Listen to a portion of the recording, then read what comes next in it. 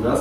Учим в специалност ЕОП 11 клас. Представяме нашия проект, който е реализиран с апаратурата, която ни е предоставена от фирма Noar.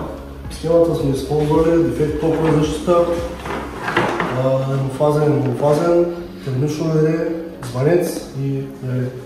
Имаме моторна защита, два контактора, също така имаме зумер, два сигнала светлини, имаме също така два типа управление и вариант. Имахме идея да задвижим транспортер, но не успяхме, защото не успяхме да намерим двигател с малко мощност и редуктор. Затова задвижваме само асинхронен двигател. Напрежение на силовото и на оперативната верига, имаме светлинен сигнал. Включваме оперативната верига, също имаме светлинен сигнал. Развъртаме двигателя на лево. Имаме звънец. Сега го развъртаме надясно. Изключваме с съвременен скоп.